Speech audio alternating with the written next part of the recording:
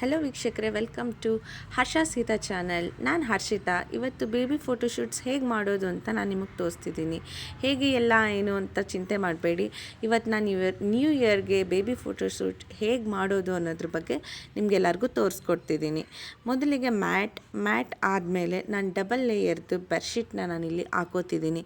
ಯಾಕಪ್ಪ ಅಂತಂದರೆ ಮಕ್ಕಳಿಗೆ ಫೋಟೋಶೂಟ್ ಮಾಡಬೇಕಾದ್ರೆ ಕಂಫರ್ಟ್ ಝೋನ್ ಕೊಡೋದು ತುಂಬಾ ಮುಖ್ಯ. ಇಲ್ಲಾಂದರೆ ಮಕ್ಕಳು ಫೋಟೋಸ್ಗೆ ಸ್ಮೈಲ್ ಮಾಡಲ್ಲ, ನಗೋದಿಲ್ಲ ಮತ್ತು ಮಕ್ಕಳು ಕಂಫರ್ಟಾಗಿ ಫೀಲ್ ಮಾಡೋದಿಲ್ಲ. ಹಾಗಾಗಿ ನೆಕ್ಸ್ಟ್ ನಾನು ಬ್ಲೂ ಕಲರ್ದು ಇಲ್ಲಿ ಒಂದು ಬಟ್ಟೆನ ಹಾಕೋತಿದ್ದೀನಿ. ಯಾಕೆ ಅಂದರೆ ಬ್ಯಾಕ್ಗ್ರೌಂಡ್ ಕೂಡ ನಾವು ಸೆಟ್ ಮಾಡ್ಕೊಳ್ಳೋದು ತುಂಬಾ ಇಂಪಾರ್ಟೆಂಟ್ ಆಗಿರುತ್ತೆ. ಇವತ್ತಿನ ಫೋಟೋಶೂಟ್ಗೆ ನಾನು ಡಬಲ್ ಕಲರ್ ತೊಗೊಳೋದ್ರಿಂದ ವೈಟ್ ಕಲರ್ನು ಕೂಡ ಸೆಲೆಕ್ಟ್ ಮಾಡ್ಕೊಂಡಿದ್ದೀನಿ. ಫೋಟೋಸ್ನ ನಾವು ತೆಗಿಬೇಕಾದ್ರೆ ರಿಂಕಲ್ಸ್ ಇಲ್ಲದೆ ಇರೋ ರೀತಿ, ಫೋಲ್ಡ್ ಇಲ್ಲದೆ ಇರೋ ರೀತಿ ಬಟ್ಟೆನ ರೆಡಿ ಮಾಡ್ಕೋಬೇಕು. ನೆಕ್ಸ್ಟು ಇವತ್ತು ನ್ಯೂ ಇಯರ್ದು ಕ್ಯಾಲೆಂಡರ್ನ ನಾನು ತೊಗೊಂಡಿದ್ದೀನಿ.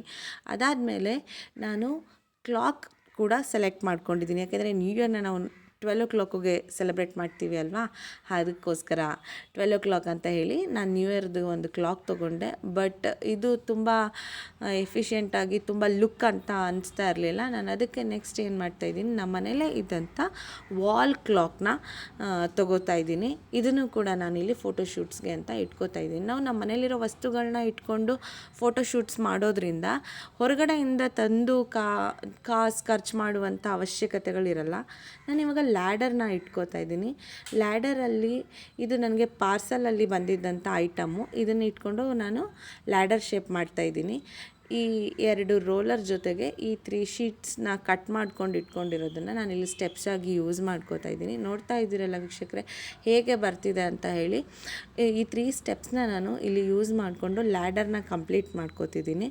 ನೆಕ್ಸ್ಟು ನಮ್ಮನೇಲೇ ಇದ್ದಂಥ ಒಂದು ಬ್ಲ್ಯಾಕ್ ಶೀಟ್ನಲ್ಲಿ ನಾನು 2024 ಆ್ಯಂಡ್ 2025 ಅಂತ ಬರೀತಿದ್ದೀನಿ. ಬರೆದು ಇದನ್ನು ಕಟ್ ಮಾಡಿಕೊಂಡು ಹೇಗಿದೆ ಅಂತ ನಿಮಗೆ ತೋರಿಸ್ತೀನಿ ನೋಡಿ.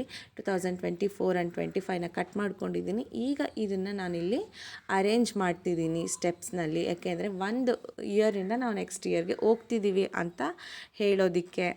2024ಇಂದ 2025 ನೆಕ್ಸ್ಟ್ ಸ್ಟೆಪ್ ಹೋಗ್ತಿದ್ದೀವಿ ಅಂತ. ನೆಕ್ಸ್ಟ್ ನಾವಿಲ್ಲಿ ನಮ್ಮ ಮನೆಯಲ್ಲಿ ನೆಕ್ಸ್ಟ್ ಏನನ್ನೆಲ್ಲ ಮಾಡ್ಬೋದು ಅಂತ ಥಿಂಕ್ ಮಾಡಿದಾಗ ನನಗೆ ಬಂದಿದ್ದು ಸಾಫ್ಟ್ ಟಾಯ್ಸ್ನ ನಾವಿಲ್ಲಿ ಇಡ್ಬೋದು ಅಂತ. ಹಾಗಾಗಿ ಮನೆಯಲ್ಲೇ ಇದ್ದಂಥ ಸಾಫ್ಟ್ ಟಾಯ್ಸ್ನ ನಾನು ತೊಗೊಂಡಿದ್ದೀನಿ. ಟೆಡ್ಡಿ ಬೇರ್ ಇರ್ಬೋದು, ಎಮಿಲಿ, ಇದು ನಮ್ಮ ಮಕ್ಕಳಿಗೆ ತುಂಬ ಇಷ್ಟ ಟಾಯ್ಸು. ಮಕ್ಕಳಿಗೆ ಬೇರೆಯವ್ರು ಕೊಟ್ಟಿದ್ದು ಅಥವಾ ಮನೇಲಿದ್ದದ್ದು ಎಲ್ಲವನ್ನು ಯೂಸ್ ಮಾಡಿಕೊಂಡು ನಾನಿಲ್ಲಿ ಅರೇಂಜ್ ಮಾಡ್ತಿದ್ದೀನಿ.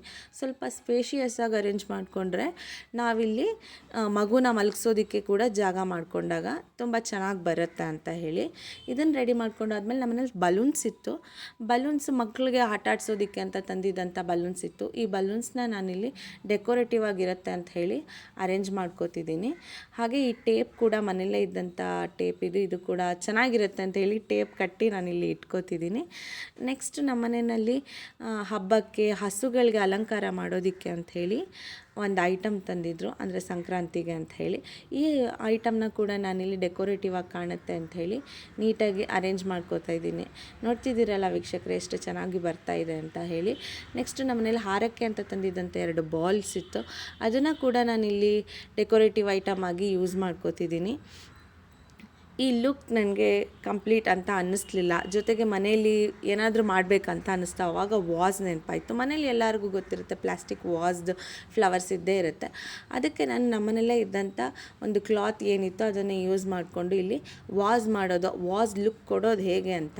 ಇನೋವೇಟಿವ್ ಅಂತ ಏನಿಲ್ಲ, ನಮ್ಮನೆಯಲ್ಲೇ ಇದ್ದಂಥ ಒಂದು ವಸ್ತುಗಳನ್ನ ಯೂಸ್ ಮಾಡ್ಕೊಂಡು ನಾವು ಹೇಗೆಲ್ಲ ಮಾಡ್ಬೋದು ಅಂತ ನಾನು ನಿಮಗೆ ತೋರಿಸ್ತಾ ಇರೋದಷ್ಟೇ.